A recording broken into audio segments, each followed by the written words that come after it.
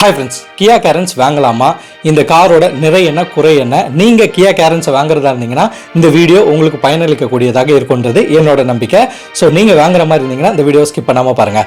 அதாவது கியா கேரன்ஸை வாங்குறவங்க யாருன்னு பார்த்தீங்கன்னா, அதாவது எலைட் மக்கள், மிடில் கிளாஸ்லேருந்து அப்பர் மிடில் கிளாஸாக இருக்கவங்க தான் இந்த கியா கேரன்ஸை பிரத்யேகமாக வாங்கிட்டு வராங்க. அதுக்கு ஒரே ரீசன் பார்த்தீங்கன்னா இந்த காரோட லக்ஸரி ஃபியூச்சர்ஸ். இப்படியாப்பட்ட காரோட பாசிட்டிவ் சைடை பற்றி பார்த்துடலாம். கியா கேரன்ஸோட பாசிட்டிவ்ல நம்ம ஃபர்ஸ்ட்டாக சொல்ல போகிறது இன்ஜின் பர்ஃபார்மன்ஸ். அதாவது பார்த்தீங்கன்னா கியா கேரன்ஸ்ல 1.5 லிட்டர்ல நேச்சுரலி ஆஸ்பெக்ட் இன்ஜின் ஆகட்டும் சரி, டர்போ ஆகட்டும் சரி, டீசல் ஆகட்டும் சரி, ரொம்பவே அருமையாக இருக்குது பயன்படுத்துறதுக்கு. நெக்ஸ்ட் இந்த காரோட கம்ஃபர்ட். அதாவது 7 சீட்டர் கார்னு நிறைய பிராண்டு அவங்க கார்களை சேல் பண்ணிட்டு வராங்க. ஆனால் கியா கேரன்ஸை பொறுத்த வரைக்கும் நீங்கள் கம்ஃபர்டபுளாகவே டிரைவும் பண்ணலாம், உட்காந்துட்டு வரவங்களும் ரொம்ப கம்ஃபர்ட்டாக உட்காரலாம். பின்னிருக்கை, அதாவது பார்த்தீங்கன்னா லாஸ்ட் 3rd சீட் வரைக்கும் உங்களுக்கு கம்ஃபர்ட் வந்து சிறப்பாகவே இருக்குது. நெக்ஸ்ட் இந்த காரோட ஏசி கூலிங். இப்போ நிறைய கார்களில் ஏசி கூலிங் நல்லாவே கொடுத்துட்டு வராங்க. இருந்தாலும் கேரன்ஸை மற்ற பிராண்டை கம்பேர் பண்ணும்போது நம்ம டிராவல் பண்ண வரைக்கும் சிறப்பாகவே இருக்குங்க. நெக்ஸ்ட் இந்த காரோட டிரைவர் அட்ஜஸ்ட்மெண்ட் சீட் ஆகட்டும் சரி, அதோட டிஸ்பிளே, அதாவது பார்த்தீங்கன்னா இப்போ நிறைய காரில் வர இன்ஃபோடைன்மெண்ட் சிஸ்டத்தில் அதாவது பார்த்தீங்கன்னா டச் மட்டும் தான் கொடுத்துட்டு வராங்க. ஆனால் கியா கேரன்ஸை பொறுத்த வரைக்கும் உங்களுக்கு மேனுவல் பட்டன்ஸும் கொடுக்குறாங்க. இது டிரைவிங் பண்ணும்போது நம்மளுக்கு ரொம்பவே நல்ல விஷயமா படும். ஏன்னு பார்த்தீங்கன்னா நம்மளோட வியூ மாறிக்கிட்டே வரும். அதாவது டச்சில் நம்ம கான்சன்ட்ரேஷன் பண்ணுவோம். இது மேனுவல் பட்டன் இருக்கிறதுனால நம்ம டிரைவிங்லேயே கான்சன்ட்ரேஷன் அதிகமாக பண்ணுவோம். அடுத்தது இந்த காரோட முக்கியமான விஷயமே இந்த காரோட தோற்றம். அதாவது ஈவி மாதிரி இருக்கு இந்த காரோட லுக்கு. அதாவது புது யுகத்துக்கு தகுந்த மாதிரி ஒரு ரோபோட்டிக் ஸ்டைலில் இந்த காரை வந்து மேனுஃபேக்சர் செய்திருக்காங்க. கேரன்ஸோட மைலேஜை பற்றி நம்ம சொல்லியே ஆகணும். அதாவது பார்த்தீங்கன்னா கியா எங்கே மைலேஜ் தரப்போகுதுன்னு நினைக்கிற நிறைய நண்பர்கள் இருப்பீங்க. ஆனால் கியாவா இவ்வளோ மைலேஜ் தருதுன்ட்டு இந்த காரை பயன்படுத்துறதுக்கப்புறம் யோசிப்பீங்க.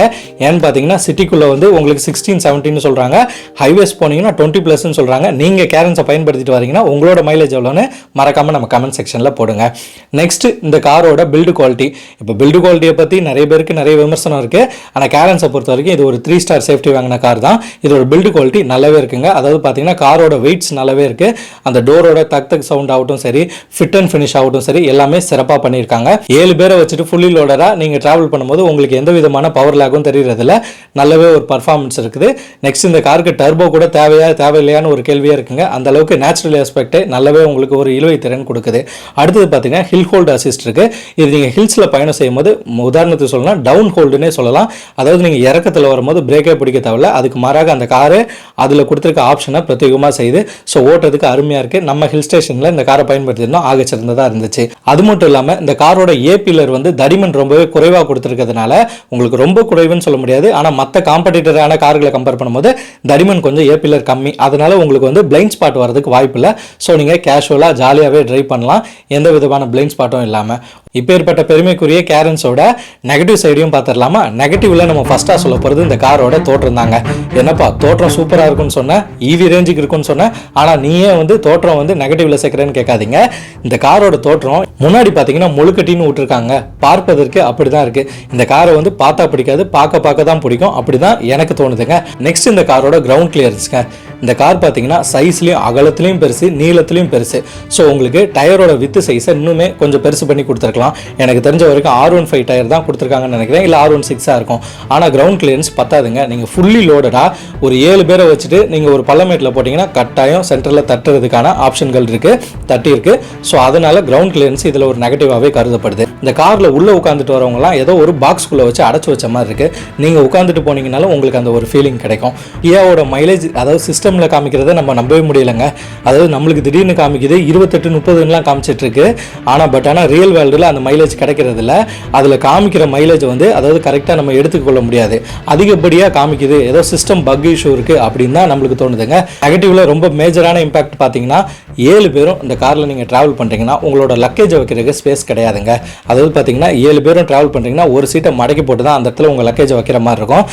இன்கேஸ் நீங்கள் 7 பேரும் போகிறீங்கன்னா கூட பின்னாடி கொடுத்துருக்க ஸ்பேசஸில் நீங்கள் உங்களோட அதாவது பேக் பேப்பர்ஸ் பேக்கோ இல்லை அதை விட கொஞ்சம் பெரிய பேக்கோ டூரிஸ்ட் பேக்கோ மட்டும்தான் வைக்க முடியும். மற்றபடி பெரிய பெரிய சூட்கேஸ்லாம் வச்சுட்டு போகிறது ரொம்பவே கஷ்டமாக இருக்கும். இதுதாங்க இதோட மெயினான ட்ராபேக்காக இருக்குது. ஸோ இப்போ ஃபைனலாக கியா கேரன்ஸை வாங்கலாமான்ற கேள்விக்கு என்னோட பதில் பார்த்தீங்கன்னா கியா கேரன்ஸை வாங்கலாங்க. நீங்கள் ஒரு எலை பீப்புளாக இருக்கீங்க, அதாவது உங்களுக்கு பார்ப்பதுக்கு ஒரு ப்ரீமியம் லுக்கான ஒரு கார் வேணும். மற்ற பிராண்டில் இந்த பில்டு குவாலிட்டி விஷயங்கள்லாம் நம்மளையும் கிண்டல் கேலிக்கு ஆளாகிடுவோம், பில்டு குவாலிட்டி கொஞ்சம் ஸ்ட்ராங்காகவே வேணும், அதாவது கொஞ்சம் ஸ்ட்ராங்காகவே வேணும்னு நினைக்கிறவங்களுக்கு தாராளமாக கியா ஓகே. யாருக்கு இந்த கார் வந்து செட் ஆகாதுன்னு பார்த்தீங்கன்னா, கியா கேரன்ஸை பொறுத்த வரைக்கும் உங்களுக்கு வந்து விலை பட்டியல் பார்த்தீங்கன்னா ஒரு 15 to 18 வரைக்கும் இருக்குது, அதாவது 18க்கு தாண்டியும் போயிட்டு இருக்கு. ஸோ உங்களுக்கு டாப் வேரியண்ட்டில் நிறைய ஆப்ஷன் இருக்குது. அதாவது நான் கொஞ்சம் ப்ரீமியமான கார் வாங்கணும்னு தான் ஆசைப்பட்றேன், பட் ஆனால் எனக்கு பட்ஜெட் வந்து கொஞ்சம் கையை கிடைக்குதுன்றவங்களுக்கு கியா கேரன்ஸ் வந்து ஒரு டவுட்ஃபுல்லான காராகவே இருக்கும். ஏன்னு கேட்டிங்கன்னா, நீங்கள் இதுக்கு காம்படேட்டடாக இருக்கிற, அதாவது நம்மளோட மாருதி எர்டிகா இருக்கட்டும் சரி, அதிலே கொஞ்சம் மறு வச்சு மாடிஃபை பண்ண XL6 ஆகட்டும் சரி, இல்லை அதாவது சுசுக்கியோட பெரியமா பையன் ஆகட்டும் சரி, அதாவது டொயோட்டா ரூமியன், இதெல்லாம் பார்த்துட்டு இந்த காரை நீங்கள் எடுத்துக்கோங்க. ஏன்னா அதோட விலைகள்லாம் ரொம்பவே கம்மியாக இருக்கும். கேரன்ஸை கம்பேர் பண்ணும்போது எர்டிகாவோட விலை பார்த்தீங்கன்னா ஒரு 12 லட்சத்துலேயே உங்களுக்கு முடிஞ்சிடும். அதுக்கப்புறம் எக்ஸ்ட்ரா அசசரிஸ் அதெல்லாம் போட்டிங்கன்னா ஒரு 45 கூட தாண்டாது. அதாவது 12-45க்குள்ளே, அதாவது நீங்கள் ஆன் ரோடாக நீங்கள் காரை டெலிவரியே எடுத்துடலாம். உங்களுக்கு 7 பேரும் உட்காந்து போகலாம். ஆனால் அந்த பிராண்டு காரில் நீங்கள் என்னென்னலாம் காம்ப்ரமைஸ் ஆகணும்னா, ஃபஸ்ட்டு வந்து பில்டு குவாலிட்டி காம்ப்ரமைஸ் ஆகணும். அடுத்தது உள்ளே கொடுத்துருக்க அந்த ஃபிட் அண்ட் ஃபினிஷு, ப்ரீமியமான விஷயங்கள்லாம் கொஞ்சம் காம்ப்ரமைஸ் ஆக தான் ஆகணும். ஏன்னு கேட்டிங்கன்னா, உதாரணத்துக்கு எர்டிகாவில் நான் பார்த்த ஒரு சின்ன ஒரு விஷயம் பார்த்தீங்கன்னா, கார் எடுத்து ஒரு 2 மாதத்தில் உங்களுக்கு ஃப்ரண்ட் பேனட்டை ஓப்பன் பண்ணும்போது பிடிச்சி உள்ளே இழுக்கிறோம், கையோடு வருதுங்க. அந்த அளவுக்கு தான் அவங்களோட ஃபிட் அண்ட் ஃபினிஷ் இருக்கும். ஏன்னு பார்த்தீங்கன்னா, அது ஒரு பட்ஜெட் ரேஞ்சில் ஒரு MPV வாங்குறவங்களுக்கு எர்டிகா சரியாக வரும். ஸோ கேரன்ஸோட நிறை குறைகள் இதான். நீங்கள் இந்த நிறை குறைகள்லாம் சாக்ரிஃபைஸ் ஆகிட்டு இந்த கேரன்ஸை வாங்குவீங்களான்றதையும் கமெண்ட்ஸில் மறக்காமல் சொல்லுங்கள். ஓகே நண்பர்களே, இதே போன்ற மோட்டார் சார்ந்த செய்திகளை நம்ம சேனல் வாயிலாக தெரிஞ்சு கொள்வதற்கு த மிதுன் ஸ்டோரி சேனலை சப்ஸ்கிரைப் பண்ணுங்கள், ஷேர் பண்ணுங்கள், லைக் பண்ணுங்கள். நீங்கள் பண்ணுற ஒவ்வொரு ஷேர், சப்ஸ்கிரிப்ஷன், லைக்கில் மட்டும்தான் எனக்கு அடுத்தடுத்த வீடியோ போஸ்ட் பண்ணுறதுக்கு உந்துதலாக இருக்குன்றதை என்றைக்குமே மறந்தாதீங்க. நானும் உங்கள் மிதுன், அடுத்த காணொளியில் சந்திப்போம். பாய்.